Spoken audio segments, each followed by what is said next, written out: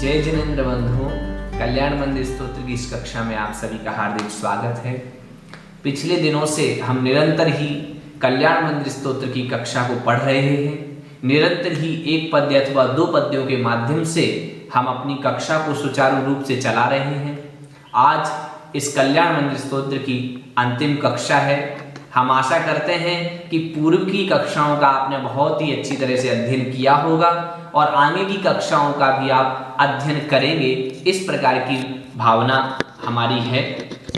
हम देखें पूर्व के जो पद्य में हमने पढ़ा था कि हे भगवान, अगर कुछ भक्ति का फल मुझे मिलना है, अगर आपकी भक्ति को करने से, हे पार्श्वनाथ स्वामी, आपकी भक्ति को करने से अगर कुछ थोड़ा बहुत मैंने पुण्य अर्जन किया हो, कुछ उस भक्ति का फल अगर मिलता हो, तो बस एक ही फल मुझे देना, और वह फल है कि जन्म जन्मांतरों तक मुझे आपका दर्शन, आपका साथ, आपका सानिध्य बस प्रदान कर देना।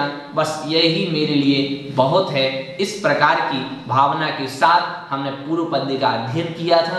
आज हम अंतिम पद्य का अध्ययन करने से पूर्व जो उपांत पद्य है और अंतिम पद्य से पूर्व जो पद्य होता है उसे हम उपांत्य बोलते हैं। तो उपांत्य का और अंतिम पद्य का, दोनों पद्यों का एक साथ हम आज अध्ययन करेंगे। हम देखें आचार्य भगवान की यह बड़ी विशेषता रही कि पहला पद्य भी उन्होंने युग्म लिखा था, अर्थात दो पद्यों को समाहित करके लिखा था, और अंतिम भी जब लिख रहे हैं तो क्रिया, यद्यपि क्रिया दोनों अलग अलग हैं, परंतु दोनों क्रियाओं का एक साथ योग हो रहा है, यत् तत् का प्रयोग हो रहा है, अतः इनको भी हम युग्म कहेंगे। इस प्रकार से युग्म से प्रारंभ किया और युग्म पर अंत किया। यह आचार्य भगवान की बहुत ही प्रखर बुद्धि का एक उदाहरण हमारे सामने है। चलिए ज़्यादा समय न लेते हुए हम साक्षात भक्ति रस की गंगा में गोता खाते हुए प्रारंभ करेंगे 43वें पद्य को। सर्वप्रथम उच्चारण। इत्थं समाहित धियो विधिवज्जिनेन्द्र सांद्रोल्लसत् पुलक कंचुकितांग भागा त्वद्बिंब निर्मल मुखाम्बुज बद्धलक्ष्या संस्तवं तव विभो रचयन्ति भव्या। इस प्रकार से इसका उच्चारण हुआ। हम देखें जो कठिन पद हैं उनको एक बार पुनः बोल लेते हैं। विधिवज्जिनेन्द्र, यहाँ पर थोड़ी सी समस्या हो सकती थी, अतः इसको द्वारा बोलेंगे विधिवज्जिनेन्द्र। दूसरी पंक्ति में सबसे पहले का भाग देखिए, सांद्रोल्लसत् पुलक, सांद्रोल्लसत् पुलक, इस प्रकार से बोलना है। त्वद्बिंब, वा जो है पूरा है, त्वद और दकार जो है हलंत है। त्वद्बिंब निर्मल मुखाम्बुज बद्ध लक्ष्याः, लक्ष्म्याः नहीं बोलना है, नहीं तो कई लोगों की जीभ पर लक्ष्मी शब्द अटका होता है तो वो लक्ष्म्याः बोल देते हैं।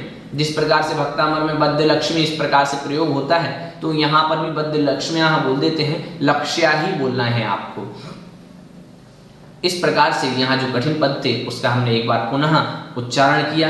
आप इसको दोबारा सुन करके पुनः सुन करके पौनः पुण्येन प्रवृत्ति रीति अभ्यासः जो कहा गया है, पुनः अगर आप प्रवृत्ति करेंगे, पुनः अगर आप अभ्यास करेंगे, इस अभ्यास के क्रम को अगर आप चालू रखेंगे तो निश्चित ही आपका उच्चारण विशुद्धतर हो जाएगा। चलिए अब हम एक एक पद का इस विच्छेद जानते हैं और पद का विच्छेद करके फिर हम उसके अर्थ को लगाएंगे, और अर्थ को लगाने के बाद अन्वय के बाद भावार्थ पूर्वक हम पूर्ण करेंगे इसको।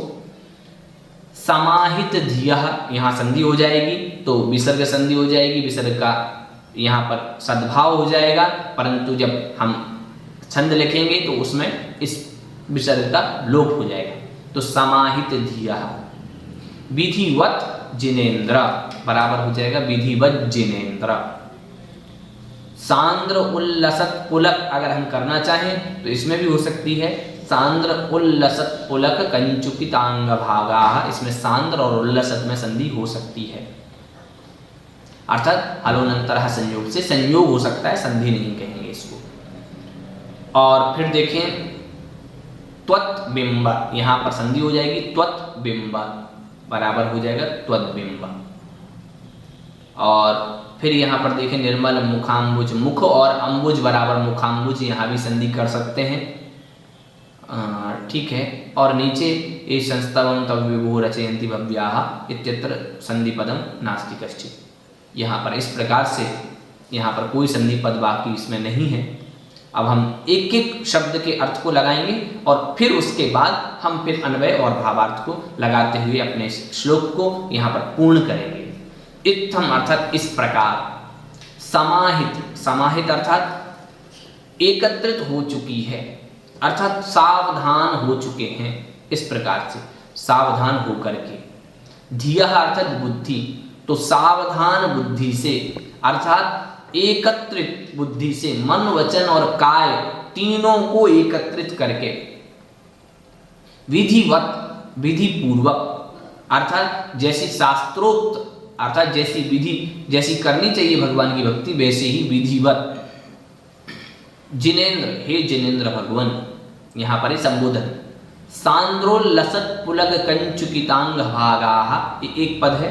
देखें सांद्र का अर्थ होता है घना और उल्लसत का अर्थ होता है उठती हुई या स्फुरित होती हुई, स्फुरित होते हुए। पुलक अर्थात रोमा, रोम, और कंचु अर्थात रोम और पुलक अर्थात रोमांच, रोमों का खिल जाना जिसको हम बोलते हैं। और अंग भागाः अर्थात प्रत्येक अंग के भाग में जितने भी कंचुक थे अर्थात जितने भी रोम थे उन सब का पुलकित हो जाना अर्थात रोमांचित हो जाना। तो सांद्र अर्थात घने, उल्लसत अर्थात उठते हुए, जो पुलक अर्थात पुलकित हो रहे हैं, कंचुकित अर्थात रोम समूह, और कहाँ अंग भागाः अर्थात प्रत्येक अंग के भाग से। यह सब एक यह जो लक्षण दे रहे हैं, ये लक्षण दे रहे हैं भक्ति करने वाले पुरुष का।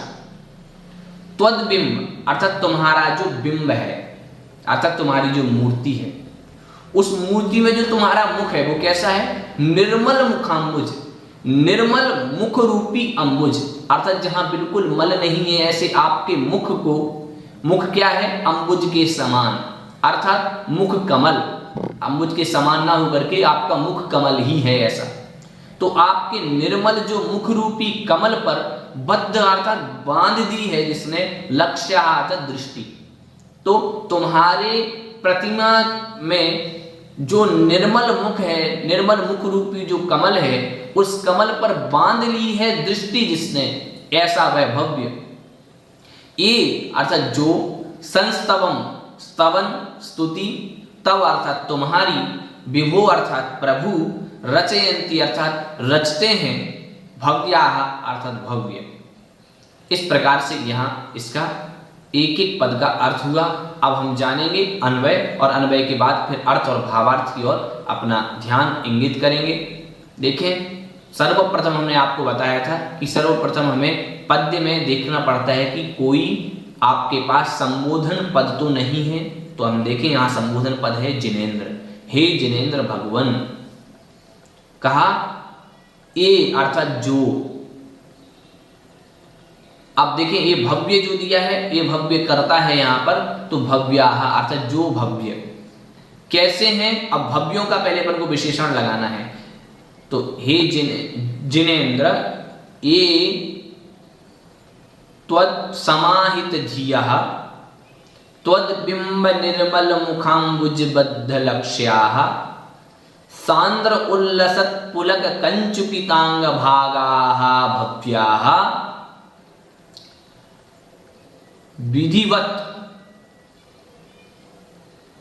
इत्थम विधिवत तव संस्तवम रचयन्ति। इस प्रकार से तो जिनेन्द्र ए इत्थम समाहित धियः, त्वद्बिंब निर्मल मुखाम्बुज बद्ध लक्ष्याः, सांद्र उल्लसत् पुलक कंचुकितांग भागाः भव्याः, विधिवत तव संस्तवम रचयन्ति।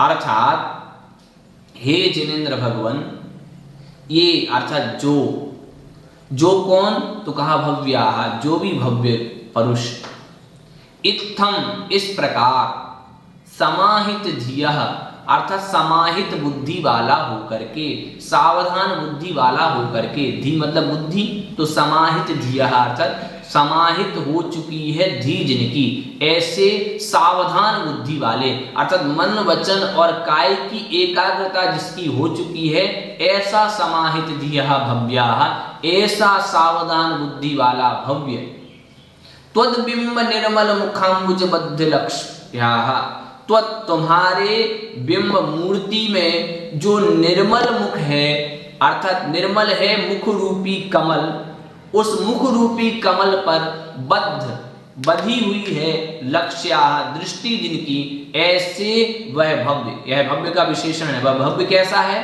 तुम्हारे जो मूर्ति है, उस तुम्हारी मूर्ति में जो निर्मल मुख रूपी कमल है, उस निर्मल मुख रूपी कमल पर बंध चुकी है दृष्टि जिसकी, ऐसे जो भव्य और समाहित धिया अर्थात सावधान चित्त हो चुका है, जो अर्थात जिसकी बुद्धि मन वचन काय से जो एकत्र कर लिया है जिसने अपनी बुद्धि को, और सांद्र उल्लसत पुलिक कंचुकितांग भागा, सांद्र अर्थात घने और उल्लसत अर्थात उठते हुए या स्फुरित होते हुए, अर्थात घने रूप से उठते हुए, स्फुरित होते हुए और पुलक रोमांचित होते हुए, कंचुकित अर्थात रोम समूह, कहां पर, तो कहा अंग भागा, प्रत्येक अंग के भाग में घने घने जो रोम हैं वो पुलकित हो चुके हैं, ऐसे जो भव्य हैं, ऐसे उन भव्यों के विधिवत विधि पूर्वक तब तुम्हारा जो संस्तवम स्तवन और रचयंती रचते हैं, करते हैं, इस प्रकार की भावना कह रहे हैं आचार्य कि हे जिनेन्द्र भगवान, ये भव्याः जो भव्य, इत्थम समाहित दिया, इस प्रकार समाहित दिया अर्थात बुद्धि जिसने अपनी एकाग्र चित्त कर ली है, मन वचन काय जिसने अपने एकाग्र चित्त कर लिए, सावधान बुद्धि से युक्त जो हो चुका है, और त्वद्बिंब निर्मल मुखाम्बुज बद्ध लक्ष्याः अर्थात तुम्हारा जो बिंब है, उस बिंब पर जो निर्मल मुख रूपी कमल है, अर्थात तुम्हारी जो मूर्ति है, उस मूर्ति में जो तुम्हारा मुख है, वह मुख कैसा है, कमल के जैसा है, तो मुख रूपी जो कमल है, उस कमल पर दृष्टि गढ़ा ली है ऐसे किसी भव्य ने, और सांद्रुल्लसत पुलक कंचुकितांग भागाः घने रूप से जहाँ स्फुरित हो रहे हैं, और पुलक अर्थात रोमांच हो रहा है जहाँ पर, और किन का रोमांच हो रहा है,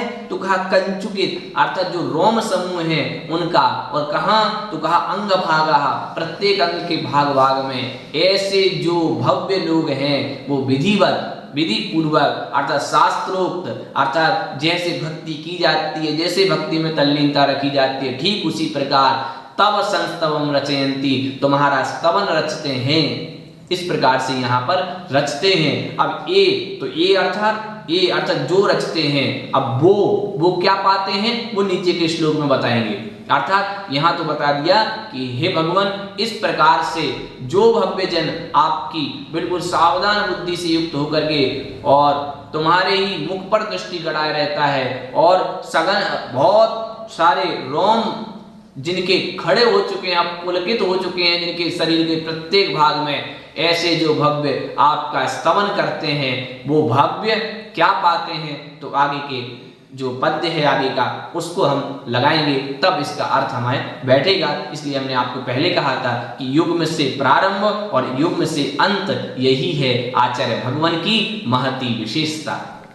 अब देखें, जो अभी तक हमने जो 43 पद्य पढ़े हैं, उन 43 पद्यों में हमने बसंत तिलका छंद पढ़ा। अब हम आर्या छंद के माध्यम से इस भक्ति का वास्तविक फल क्या है, उस वास्तविक फल को हम इस पद्य के माध्यम से, इस आर्या छंद के माध्यम से जानेंगे। सर्वप्रथम उच्चारण। जननयन कुमुद चंद्र प्रभास्वरा स्वर्ग संपदो भुक्त्वा ते विगलित मल निचया अचिरान मोक्षम प्रपद्यन्ते। इस प्रकार से इसका उच्चारण है। देखें यहाँ आपको लगभग सारे ही पद एकदम सरल हैं, तथापि देखें भुक्त्वा बोलना है और ते विगलित मल निचया, इस प्रकार से लगभग सरल हैं सारे पद, अतः कोई जरूरत द्वारा उच्चारण की नहीं है। अब देखो हमने पढ़ा था ऊपर की, जो भव्य इस प्रकार से सावधान बुद्धि से युक्त होकर के तुम्हारे मुख पर दृष्टि गड़ा करके जिसके रोम रोम हर्षित हो चुका है, हर्षित हो चुके हैं, उठ चुके हैं, ऐसे जो भव्य लोग आपकी स्तुति करते हैं, तो अब जो करते हैं तो अपन को जो की जगह वे जो ऐसा करते हैं वे ऐसा पाते हैं, ऐसा निश्चित ही हमें वे का जो यहाँ अर्थ लगाना है कि उनको क्या मिलता है। तो कहा जन नयन, जन का अब देखें यहाँ पर संधि जो है वह संधि लगभग अचिदान एक जगह है, अचिरात हो जाएगा वहां पर, और स्वर्ग संपदा अर्थात स्वर्ग संपदो जहां पर है वहां विसर्ग हो जाएगा तो स्वर्ग संपदा हो जाएगा इस प्रकार से। और ते विगलित मल निचयाः, इस प्रकार से यहाँ भी विसर्ग हो जाएगा, बाकी जगह कोई संधि नहीं है, अतः संधि की भी ज्यादा हमने बात यहाँ पर नहीं की। अब देखें एक एक शब्द का अर्थ जन अर्थात मनुष्य और नयन अर्थात नेत्र, कुमुद अर्थात जो कमल होते हैं उन्हीं कमलों में जो कुमुद है अर्थात जो उनकी प्रभा है उसको, चंद्र अर्थात चंद्रमा, तो जल रूपी जो नयन है अर्थात प्राणियों के नेत्र रूपी जो कुमुद है अर्थात कमल है, उन कमलों को विकसित करने के लिए आप चंद्र के समान हैं। जन अर्थात जन प्राणी, और प्राणी के नयन अर्थात प्राणियों के जो नेत्र हैं उन नेत्र रूपी जो कुमुद हैं, कमल हैं, उन कमलों को आप विकसित करने के लिए चंद्र के तुल्य है अर्थात चंद्रमा के समान है। और कैसे हैं तो कहा प्रभास्वराः। अब देखें अब आप ऐसे हैं तो आप क्या करने वाले हैं तो कहा प्रभास्वराः। अब प्रभास्वराः अर्थात प्रभा से जो सहित है अर्थात अत्यंत प्रभा है, जिसकी अत्यंत आभा है, अत्यंत चमक रहा है, जो ऐसे चमकते हुए स्वर्ग संपदा अर्थात स्वर्ग की संपत्ति को भुक्त्वा भोग करके, अर्थात स्वर्ग में जाएगा तो स्वर्ग में संपत्ति मिलेगी, तो स्वर्ग संपदा भुक्त्वा स्वर्ग की संपत्ति को भोग कर, ते अर्थात वे अर्थात जो आपकी भक्ति करते हैं वे पुरुष, विगलित मल निचयाः, विगलित अर्थात गलित हो चुका है मल अर्थात कर्म मल का, निचयः अर्थात समूह, तो गलित हो चुका है मल अर्थात कर्म और निचय अर्थात समूह, तो गलित हो चुका है कर्म रूपी समूह जिनका, ऐसे वह अचिरात अर्थात शीघ्र ही, अचिरात यहाँ संधि हुई तो अचिरात अर्थात शीघ्र ही मोक्षम प्रपद्यन्ते, मोक्ष को प्राप्त कर लेते हैं, शिव को प्राप्त कर लेते हैं, मुक्ति रूपी लक्ष्मी का वरण कर लेते हैं। तो यहाँ इस प्रकार से अब हम इसका अन्वय के माध्यम से देखेंगे। ते जन नयन कुमुद चंद्र, अब कुमुद चंद्र अर्थात यहाँ पर कुमुद चंद्र, यहाँ पर जन नयन कुमुद चंद्र, यहाँ पर यह संबोधन है।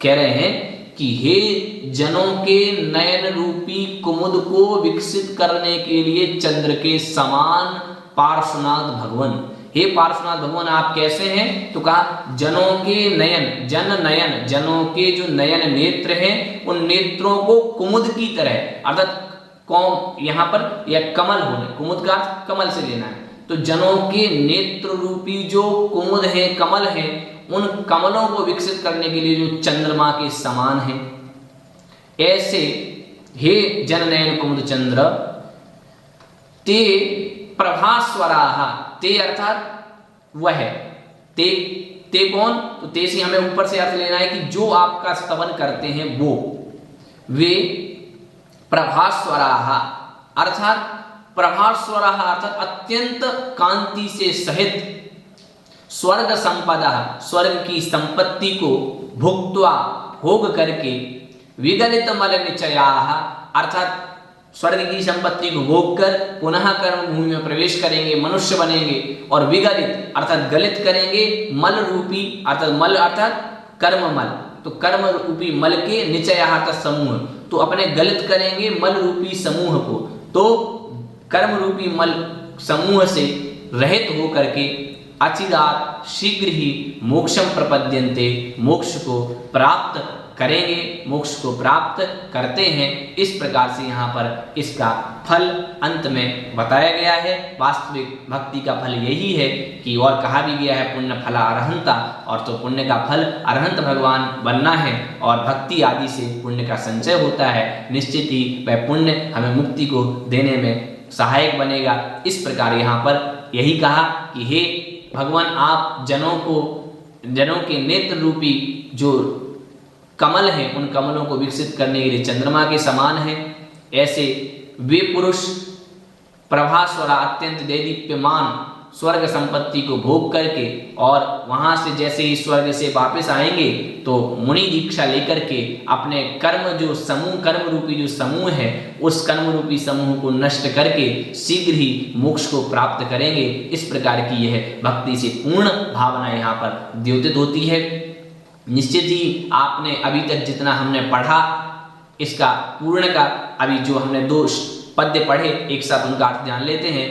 इस प्रकार सावधान बुद्धि से युक्त और आपके मुख रूपी जो कमल है उस पर जिसने दृष्टि गढ़ा ली है और जिसके रोम रोम हर्षित हो रहे हैं, ऐसे जो भव्य विधि पूर्वक आपका स्तवन करते हैं, ऐसे वे हे प्राणियों के नेत्र रूपी जो कमल हैं उनको विकसित करने वाले हे देव, वो प्रभास और अत्यंत कांति से संपन्न हो जो कांति से संपन्न है, ऐसी स्वर्ग की संपदा का भोग करके वह कर्म रूपी जो समूह है अर्थात कर्म रूपी जो मल है, उस मल को नष्ट करके शीघ्र ही मोक्ष को प्राप्त करते हैं। इस प्रकार की भावना यहाँ पर आचार्य ने रखी है। निश्चित ही यह जो आपने इतने दिनों तक कल्याण मंदिर स्तोत्र का प्रत्येक कक्षा का पाठन किया, प्रत्येक कक्षा का आपने जो अध्ययन किया, निश्चित ही यह आपके कर्मों को नष्ट करने में, आपके कर्म मल को नष्ट करने में निश्चित ही यह आपकी सहायता करेगा। और निश्चित ही जो हमने आचार्य कुमुद चंद्राचार्य महाराज से भक्ति का वर्णन यहाँ पर पढ़ा, वास्तविक में कहीं और पढ़ना दुर्लभ है। इस वर्णन को, ऐसे ही वर्णन को पढ़ना और कहीं दुर्लभ है। यह वास्तविक में अद्भुत है, अचिंतनीय है। ऐसे आचार्य को हम बार बार यहाँ नमन करते हैं, बार बार हम उनको नमोस्तु करते हैं कि हे आचार्य भगवान, आपने इतनी बड़ी संपदा को देख करके हमारे पुण्य में बहुत बड़ी एक सहायता प्रदान की, अर्थात हमारे पुण्य संचय करने में आपने जो अतुलनीय योगदान दिया, उसका ऋण हम कैसे चुकाएं, कैसे हम उसका ऋण अदा करें। ऐसी भावना के साथ हम बार बार उनको धन्यवाद करें, बार बार उनको नमोस्तु करें और हम भी भगवान से प्रार्थना करें, हे भगवान, जिस प्रकार से आपने अंजन जैसे चोरों को तार दिया, ठीक उसी प्रकार हम जैसे इन भव्यों को आप शीघ्र ही तारें, ऐसी प्रार्थना करें। आपने निश्चित ही इतना अमूल्य समय देकर के इस स्तोत्र को पढ़ा, इसलिए आप भी धन्यवाद के पात्र हैं। और हम आशा करते हैं कि आपने जो अभी इसको पढ़ा है इतने दिनों, आप निरंतर इसका अध्ययन करते रहेंगे और निरंतर ही आप इसका वाचन करते रहेंगे, निरंतर ही आप इस स्तोत्र की स्तुति के माध्यम से भगवान पार्श्वनाथ का वर्णन करते रहेंगे, भगवान पार्श्वनाथ की स्तुति करते रहेंगे। निश्चित ही यह हमारे लिए एक बहुत बड़ा पुण्य कर्म का निमित्त बना। यह पुण्य कर्म का यह हमारे लिए एक अपूर्व अवसर आया जिसका हमने बहुत फायदा उठाया। अब हम सभी आगे ध्यान रखें, इसी प्रकार से हम भगवान की स्तुति करते हुए अपने कर्म मलों का नाश करते हुए शीघ्र ही मोक्ष पद को प्राप्त करेंगे। इस प्रकार की भावना के साथ आज की यहाँ कक्षा जो है वो यहीं पर विराम दी जाती है। इस प्रकार से यह श्लोक यहीं पूर्णता को प्राप्त होता है और यह स्तोत्र भी जो पार्श्वनाथ स्तोत्र है अथवा कल्याण मंदिर स्तोत्र है, वह भी यहीं पूर्णता को प्राप्त होता है। हम अनंत उपकार मानते हैं उन आचार्य कुमुद चंद्र भगवान का, जिनके माध्यम से यह हमें स्तुति करने का एक अभूतपूर्व अवसर प्राप्त हुआ है। उनके लिए बारंबार हम नमोस्तुति ज्ञापित करते हैं। यही हमारा उनके लिए ऋण जो हमें चुकाना है, हम नमोस्तु रूप में ही उनको, बस इतना ही नमोस्तु रूप में ही उनका ऋण चुका सकते हैं। बाकी तो हम एक जैन धर्म की प्रभावना करके, जैन धर्म की निरंतर प्रभावना करके एक उनका ऋण इस प्रकार से भी चुका सकते हैं। इस वीडियो निर्माण में, इस पूरे जो हमने स्तोत्र इतने सारी शूटिंग की, इनमें रिकॉर्डिंग की जो हमने, उनमें जिन जिन का भी योगदान परोक्ष रूप से प्रत्यक्ष रूप से रहा है, उन सब के लिए बार बार धन्यवाद। और इस संस्थान ने, जो सांगानेर संस्थान के जो स्टूडियो, जो यहाँ रूम है, उसमें यह जो हम लोगों के लिए वीडियो बनाने का, रिकॉर्डिंग करने का और आप तक पहुँचाने के लिए जो एक माध्यम दिया इन्होंने, उनके लिए भी हम बार बार धन्यवाद ज्ञापन करते हैं। और भी जो आपने अमूल्य समय निकाल करके हमारी इन वीडियोस को देखा, हमारी इन रिकॉर्डिंग्स को देखा, उन सबके लिए बार बार धन्यवाद ज्ञापन करते हुए आज की कक्षा को यहीं विराम देते हैं। बोलिए पार्श्वनाथ भगवान की जय, आचार्य कुमुद चंद्र महाराज की जय।